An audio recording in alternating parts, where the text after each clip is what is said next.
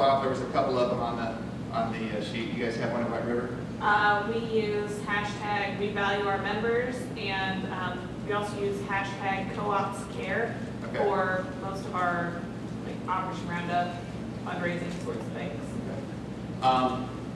Think about the various, they all do, like I said, they do work on all the social media platforms. On Twitter specifically, though, you want your hashtag to be as short as possible because of the limited space, the 140 character space that you have on a tweet. So the longer your hashtag is, glad to be in Branson, Missouri, in Taney County, Missouri, that would be just like a whole tweet. That's like 140 characters right there.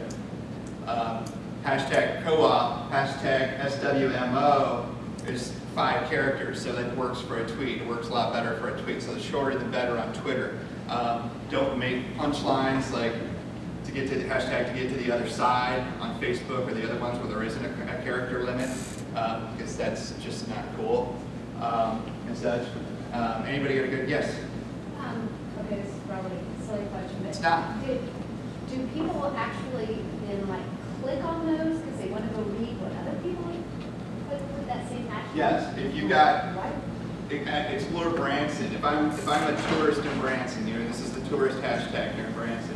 So I'm a tourist in Branson. I see that. I'm going to click that and see what show specials or what people are saying about the shows or the food or the hotels, things that are going on. The tourist CVB here is monitoring every tweet, Facebook post, whatever that has a hashtag in it. Southwest Missouri, if there's some sort of weather thing or big news thing, they're going to put that in there, whether it's emergency services, the media, or whoever. You put that in there to reach that audience of Southwest Missouri. So yes, those things are clicked. They should be clicked if you're not clicking them already to find out what the larger conversations are in your communities.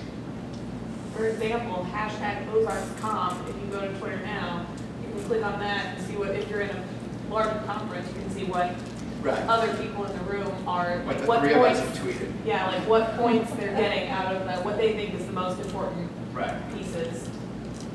Right. Yep. So hashtag Kardashians logos Arc Electric, is that good, is that bad?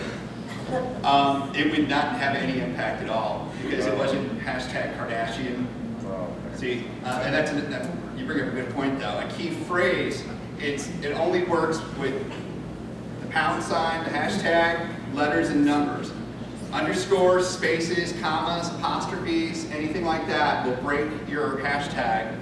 So if you said hamburgers rule, hamburger space rule, it would just be hashtag hamburgers. If you said hashtag hamburgers rule, all one word, all one line of letters, that would be the unique hashtag there. The Kardashians like cooperative energy. But that would not resound with them or their audience. Or ours. Or yours. Yeah, especially yours, yeah. Any other hashtag questions? Is our hashtags good with Facebook? I mean, I try to use it, and sometimes it doesn't seem like things get seen as much. Yeah, hashtags work on Facebook. They're not popular on Facebook, but again, if you're trying to loop into a larger conversation, be it community or campaign or what have you, use your hashtags. What I recommend to do is to, on a Facebook post, is to hashtag like one keyword within your post, and then almost like a PS, put like on the bottom line, put a separate line, put your hashtags at the bottom line there. Start clicking those hashtags. People are probably talking about you guys. 21% higher engagement on tweets with 1 to 2 hashtags. You will get higher engagement on your social media with the hashtags, to answer the question earlier. I'm so good I slid that in there while you were talking. Okay?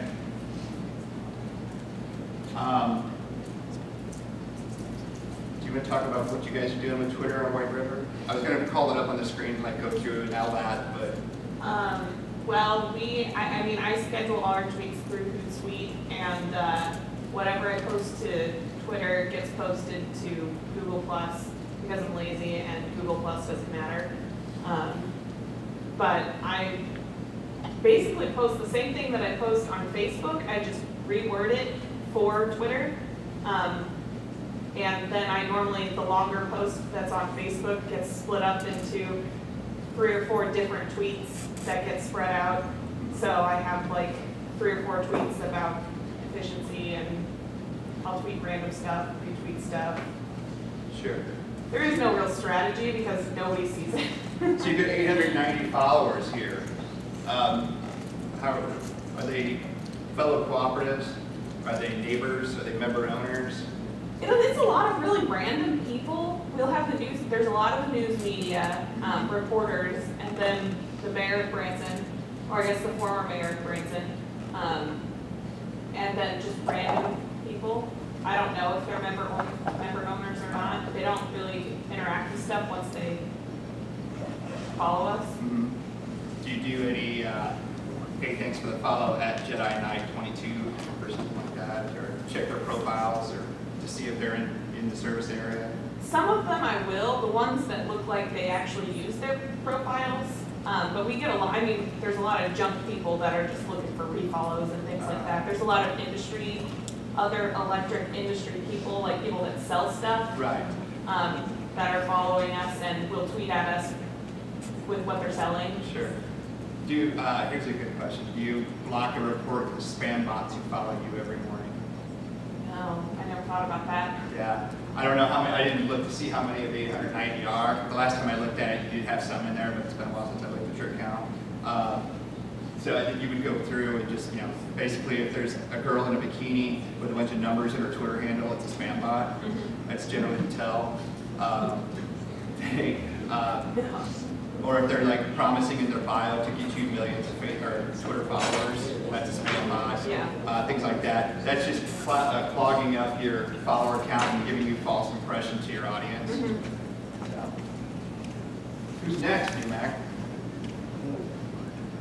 What's the NewMac Twitter story? Well, I would say similar to Chris, but not quite as extensive. I do the same on Facebook and Twitter, but likewise, I will break my Facebook post into multiple tweets if necessary. Years ago, I used to try Google+, but I just gave up on it years ago.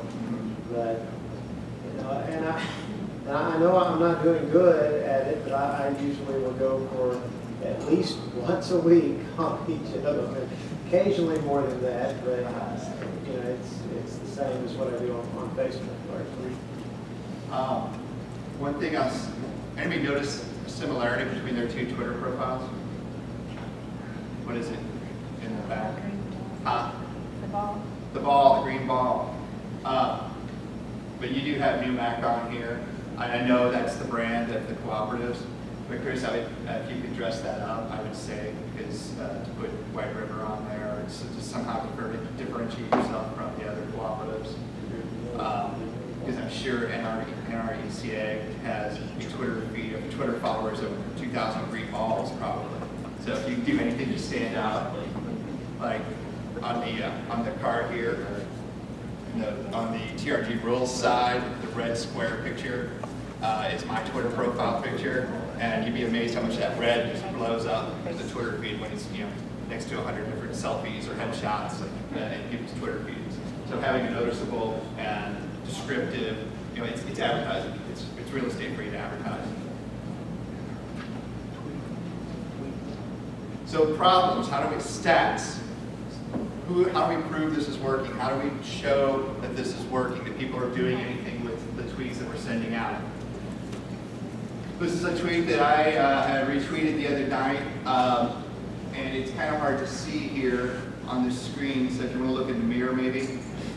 Right here, next to the reply, next to the retweet, next to the like button, right here is a little bar chart. If you click that button, it shows you your real-time stats on every tweet that you've sent out. And if you also go to twitter.com/analytics, and when you're logged into Twitter, it'll show you all your tweets and all the statistics with all those tweets right there on one page. But if you're just tracking one.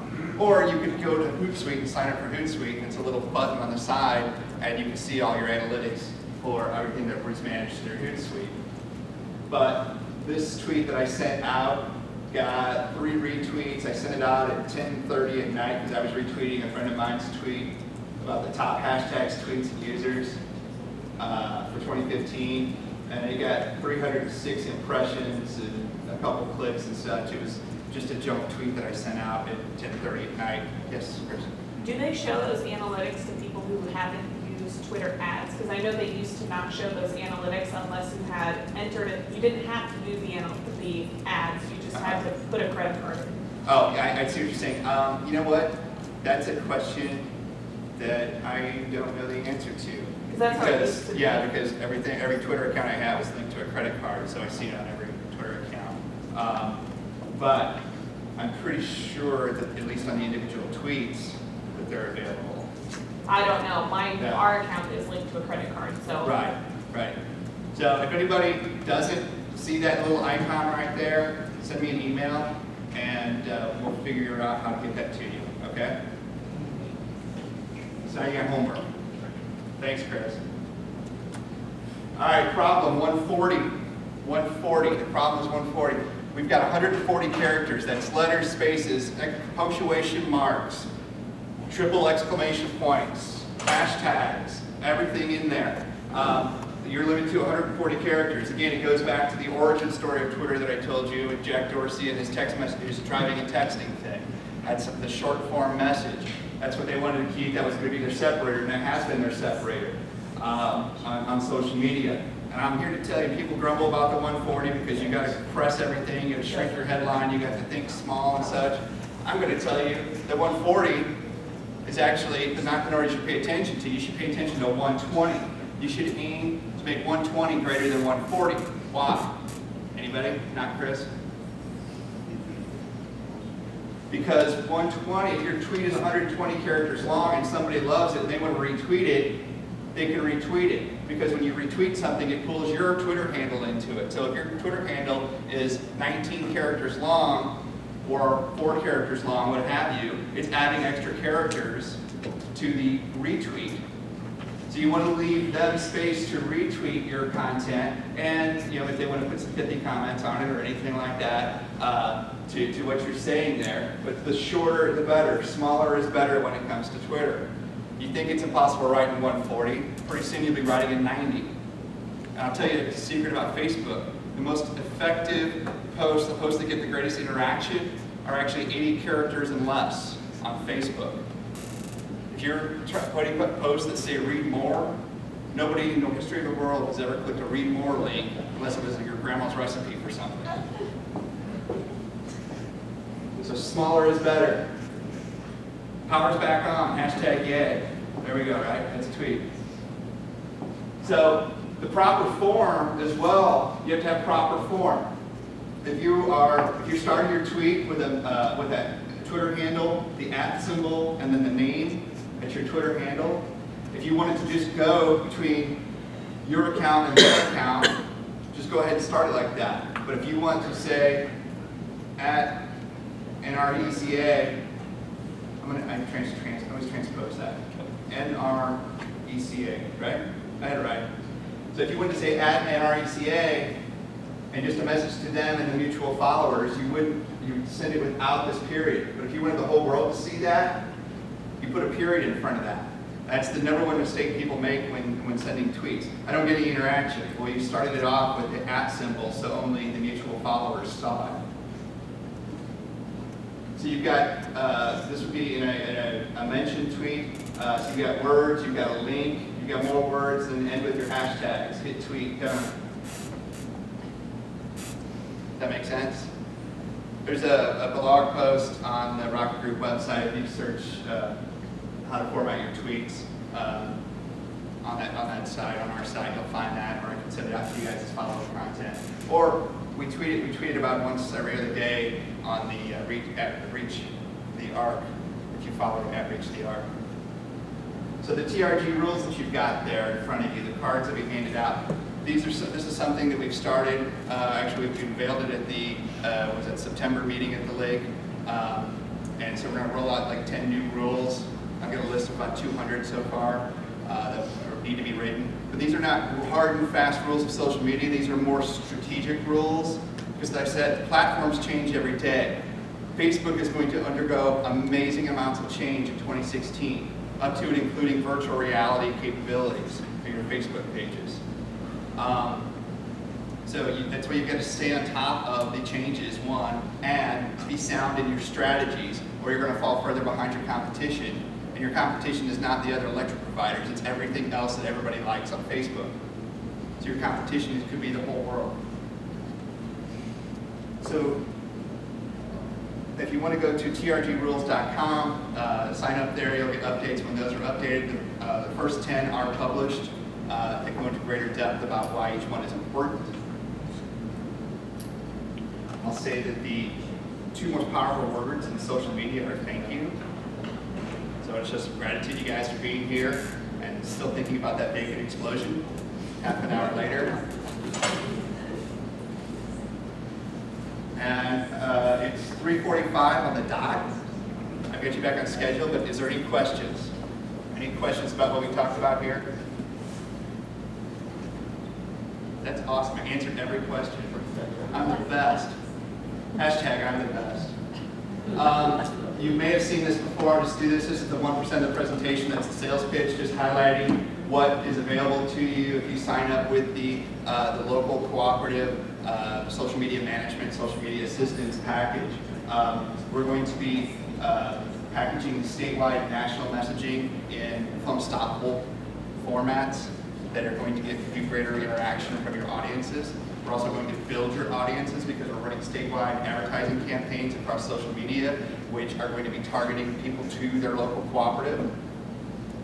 You're going to get a monthly social media report card about what's going on with what we've done, how it's impacted your efforts.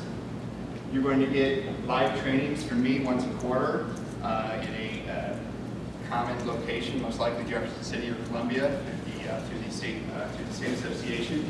We're going to do live training cooperatives, probably half-day sessions. We're going to be on call for your troubleshooting, error corrections, whatever. I broke something. How do I fix it? We've set up a private Facebook group for people who have subscribed to the program, where we're going to be building a cohesive stream of communication on that stuff that's changing on social media every day. We're going to be discussing that with myself and your peers, and you if you're in it. But you have to be a member of the program to be a part of that. We're going to be doing crisis communications, monitoring, and assistance, and one of the first things we're going to do with our quarterly training session will be a crisis communications seminar with somebody who's very, very experienced in this organization at the national level. And then we'll be working to, if possible and if feasible, help you build out new social media platforms that will be helping you to reach new audiences within your service areas, within your member owners. All of this with the goal of raising the awareness that the member owner is the member owner, further engaging the member owner to the cooperative family. So. Okay, you talked about analytics on Twitter. What analytics do you think are reflective of whether something is successful or not? I mean, it's all relative. Sure. But which ones do you think are good to, like, if I start in January, take some numbers and then want to compare it to December? Well, the number one stat we look at is clicks. How many people clicked what we sent? And if we're driving people back to our website, or we're driving people back to the content that we're sharing, then we are being effective because our tweets are being interesting enough that they're actually clicking the click, not just stopping or moving past it. So that's the top thing we look at is the clicks. Then we look at the organic views, see how many people saw it, because then we're monitoring what time of day that tweet was sent, when the most possible people are online. And that brings up a point. If you Google when should I post my Facebook or when should I tweet my tweet, there's 10,000 articles that are going to say like Thursday at 3 p.m. or Monday morning at 9 a.m. All those articles are crap. The only time of day that matters for you to post your social media content is when your audience is online. And if you look at your Facebook Insights, it will show you when that audience is online. And if you study who it is that is interacting with your posts on Facebook during different times of the day, if you know who these people are, you'll be able to determine whether this is a highly interactive audience or just a you normally term it as the richest audience versus the Judge Judy audience. The daytime crowd is online. We've run a lot of Facebook pages in the state of Missouri. Your quantity or your number of fans online during the day is going to deviate by about 2%. It's going to be a straight bar graph, Monday through Sunday. Your time of day when it's online is what we call the whale, because it looks like a whale that's kind of like halfway out of the ocean. It's got a tail sticking up over here at midnight, comes down through the early morning hours, starts rising up throughout the day, and you'll find between 7:30 and 9:30 p.m. is when your richest audience, your audience that's not, I'm not talking wealth, I'm talking to people who are most likely to interact with your content, are going to be online between 7:30 and 9:30 in the evenings on Facebook. And Twitter is highly critical, Twitter is highly important, but Facebook has got to be the core of your social media message, because that's the largest population of your member owners in your service area. That population is on Facebook. The influencers, the media, the mayors that are on Twitter, you will have a certain percentage of member owners that are going to be on Twitter, but the audience that you need to focus on is on Facebook. Okay? Any questions, comments, objections? Motion to close? Yeah. Very good. Thanks, guys.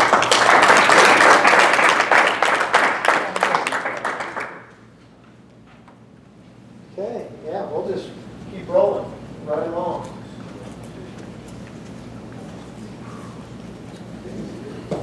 Brent Stewart from Statewide, gonna enlighten us on all the legislative cooperative issues that are going on. Thank you very much, Brian.